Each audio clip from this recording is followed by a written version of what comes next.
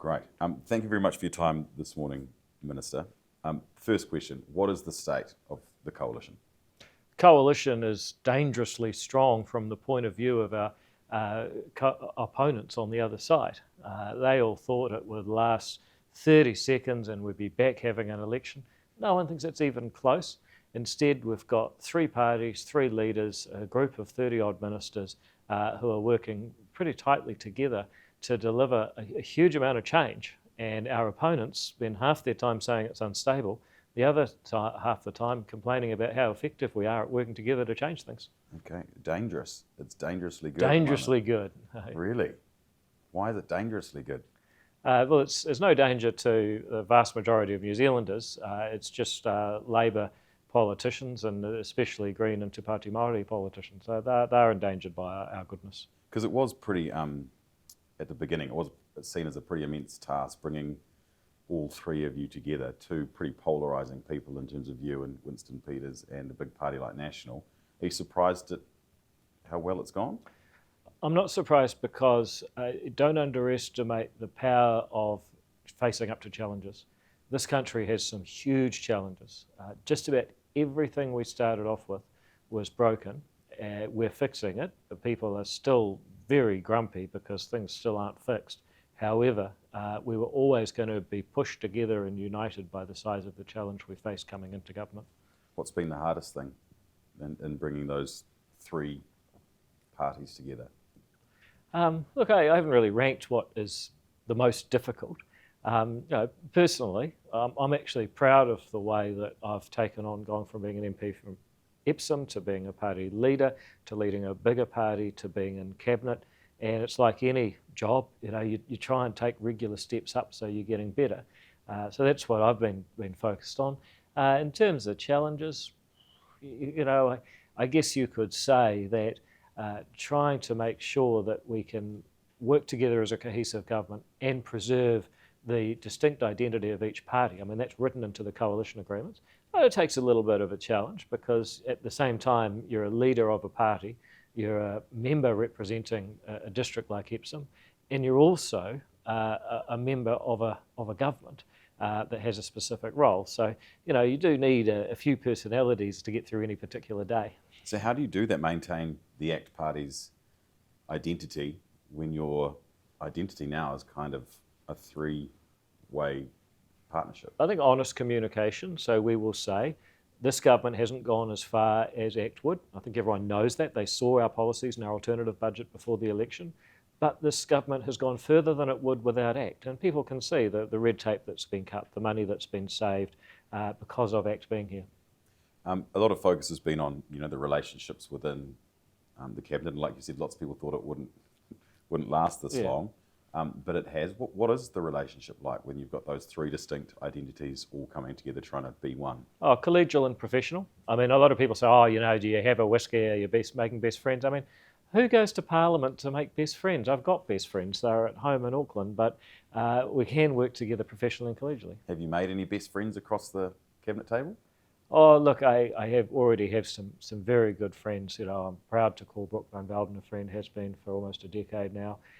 Also, if you look at someone like Nicole McKee, she's really stepped up. So those people are in cabinet that I'd say I probably have over a longer period of time formed bonds with. But in terms of the rest of the cabinet, the trick is play the issue, not the person. If you do that day to day, you can be opposed to someone on one day and then right in lockstep with them the next day. I mean, that's happened in the last 2 days. Yesterday, I was involved in really pushing back a cabinet paper, and today the same person put a different paper. I was the main ally supporting it. So it's not personal for or against that person, but on those issues, I think there's things that need to be considered. One person that you did play a lot before you had to come into this coalition was Winston Peters. There's some hilarious moments in Hansard and in interviews and things like that. How is your relationship with Winston? Look, I'd like to think it's mutually respectful. We've recognised there's a job to do. We each have specific jobs within that, and we get on and do them. And I think that's actually a healthy thing. Most people in most workplaces deal with people that they may not have been best friends with in another life. However, they manage to get the job done for the people paying the bill, in this case, the New Zealand taxpayer. Is it weird being on the same team as him? I wouldn't say it's weird. I mean, you've got to remember, the only reason I know Winston is that we've both been in Parliament. So we're already, we only know each other because we're in the same workplace. Now we're just sitting in different seats. Is it all an act? The sparring that happened before the coalition? No, I don't really.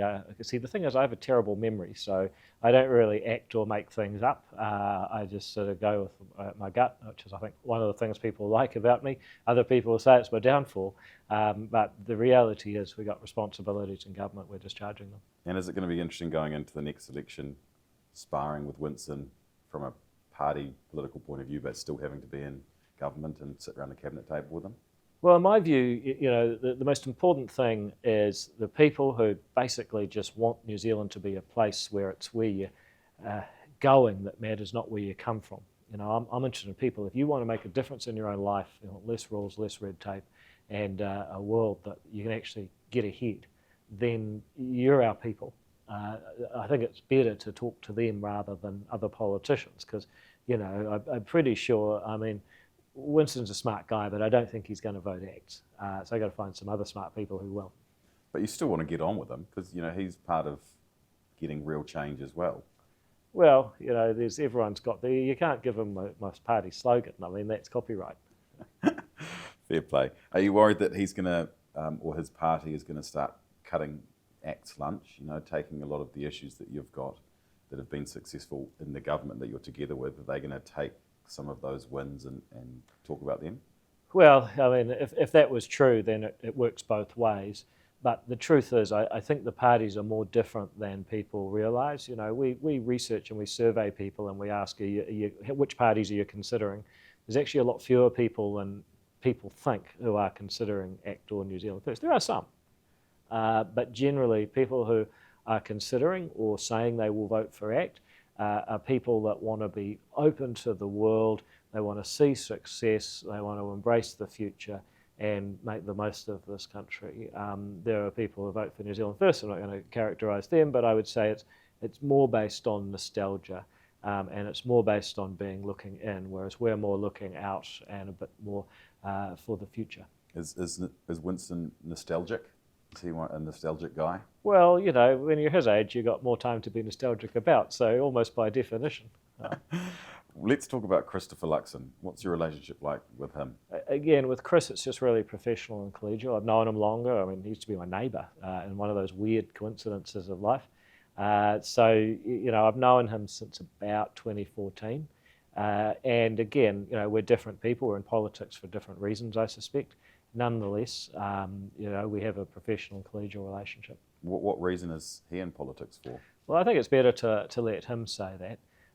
But, me, I'm here fundamentally because I think that, number one, people should be able to make a difference in their own lives. You should be judged on where you're trying to go, not who you are or what race you are or what your background is. And second of all, the public policy we put in place really matters. Now, he might say similar things or he might not. So you're here to do something. Is he here to be someone? Well, it's certainly true that, I've always been pretty, sort of, I guess, ambivalent about positions and baubles and so on, but I'm very hot on public policy. I refused to be a minister so I could get end of life choice done. I can tell you now, having got that done and being a minister, even being deputy prime minister, it's a bigger reward to have passed a policy that makes a real difference in people's lives. So that's me. But I'm sure Chris has got some focus on public policy too. How would you describe is he good at being prime minister? Is he a good prime minister?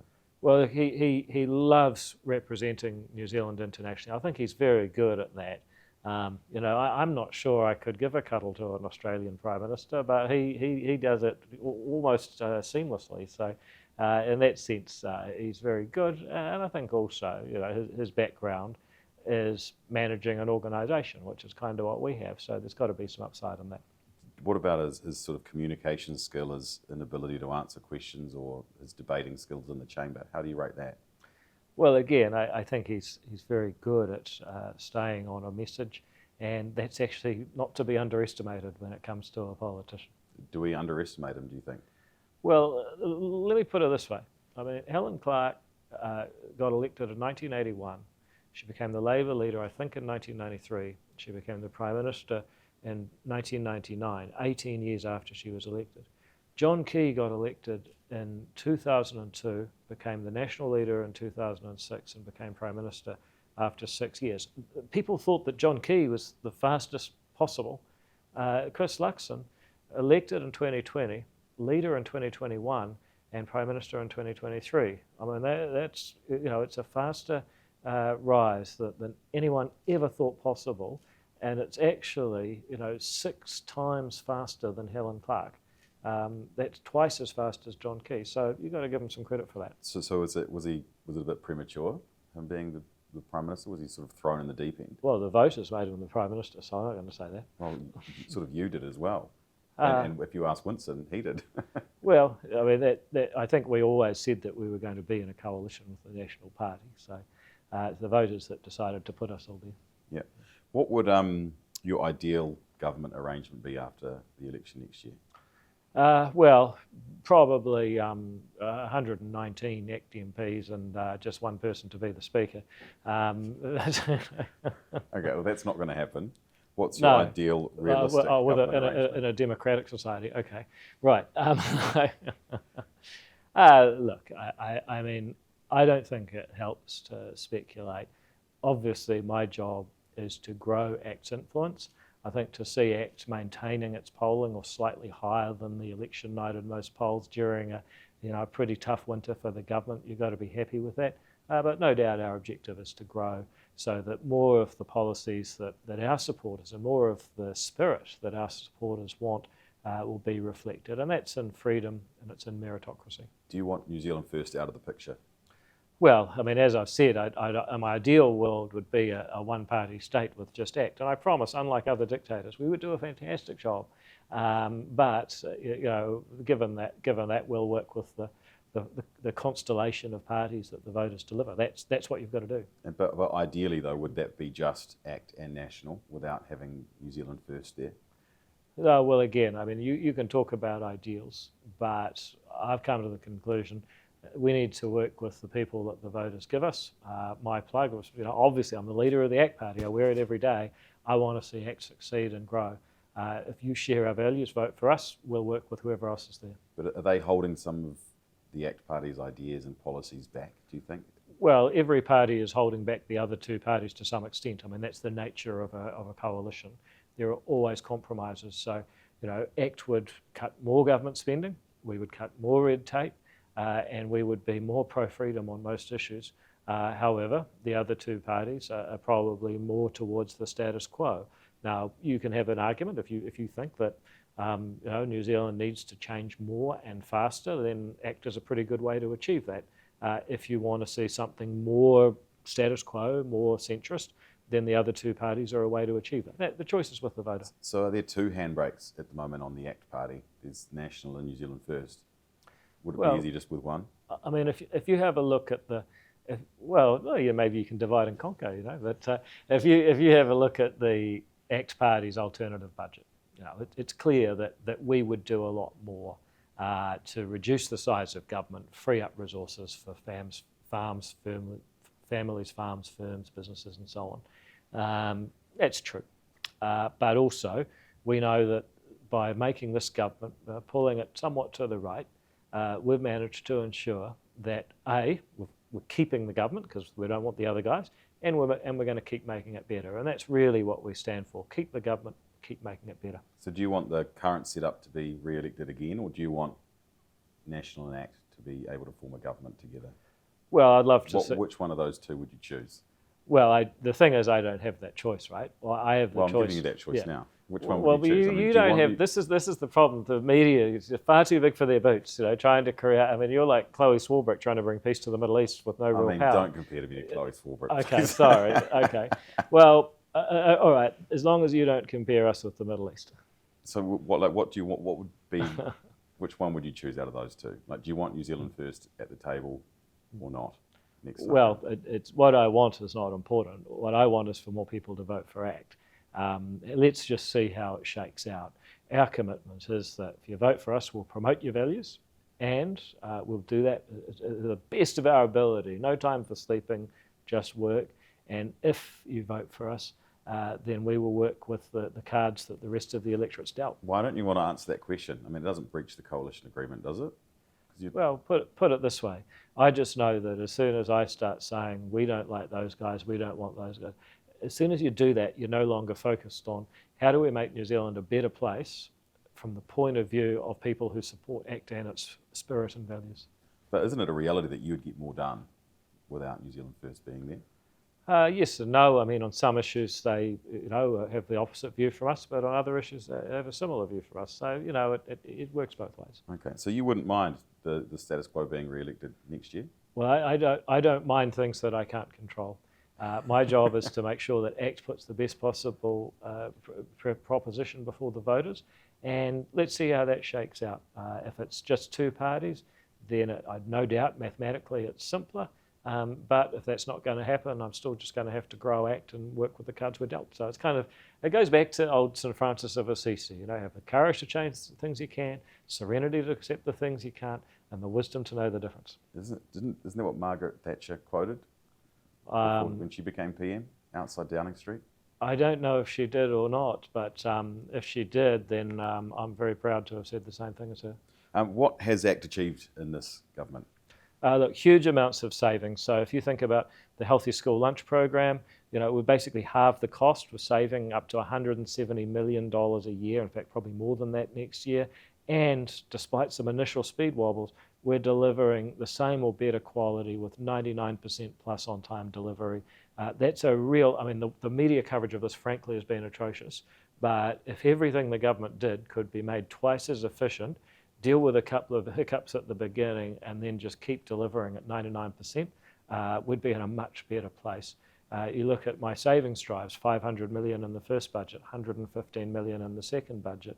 If you look at what Brooke van Velden's done with pay equity, focusing on that on actual gender discrimination, that saves about 12 billion over the 4-year cycle. So ACT has been at the forefront, and there are other examples, but at the forefront of saving money for taxpayers, something we vitally need to do. And we'll be doing more of that as the following election comes in. And if you look at red tape, you look at what Nicole McKee is doing for licensed firearm owners, but also anti-money laundering. Look at what Simon Court's doing. He's in the engine room redesigning the resource management law. Look at Brooke van Velden's health and safety changes, which are actually quite profound, saying WorkSafe's going to go out, listen, and then tell you how to be safe instead of just putting the fear of God that they're going to come around with a clipboard unless you pay some consultant a huge amount of money to get them off your back. That's quite profound. What she's doing with the Holidays Act, that's really serious in terms of red tape for small business. Then you think about Karen Chua trying to fix up Oranga Tamariki, a gargantuan task, but she is slowly succeeding, just getting them to wear uniforms and put locks on the doors. It shows how dysfunctional it was. Christ, what else are we talking about? I've got to think about Andrew Hoggart. Getting rid of the SCNAs, deftly handling what could have been major outbreaks of on-farm disease. And then in my area, Farm Act has gone from being one of the most hated Crown entities in the country to actually pretty widely accepted as on the pathway to change. We're totally transforming the purpose of it for the first time in 30 years. Charter schools, they're quite quiet at the moment, but next year, we're going to invite a lot more people to see what I see when I visit them, and that is children having their lives completely turned around. The Ministry for Regulation, we've got the red tape tip line, the regulatory standards bill is on its way to being law this year. That is going to change the relationship between New Zealanders and the state. And I know I've forgotten some things and some people, but we're doing quite a lot. Overseas investment, we're changing the law quite seriously there. That it's going to make, we've already halved the time for an OIA application to get more money into the country. What am I missing? There are a lot of other things, but those are... that's a pretty big list already off the top of your head. Yeah. Just coming back to Winston Peters, are you scared to criticise him?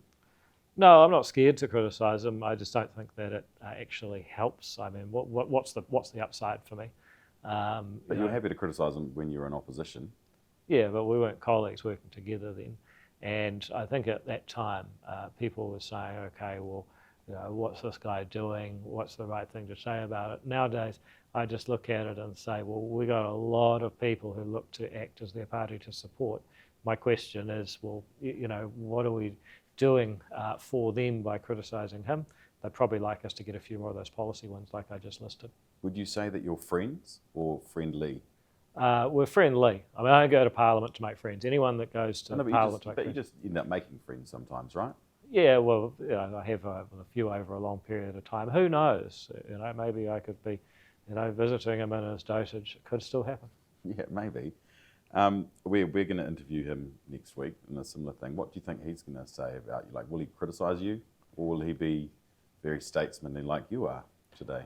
Well, the choice is up to him. But all I know is people want to see a government that can solve the very real problems they have. There's very little headspace or tolerance for politics at the moment. People want problem solving. Yeah. How, just overall, come back to that main question, what is the state of the coalition? We've had a chat for 20 minutes, but would you answer that question any differently? No, we're dangerously united, very strong and effective.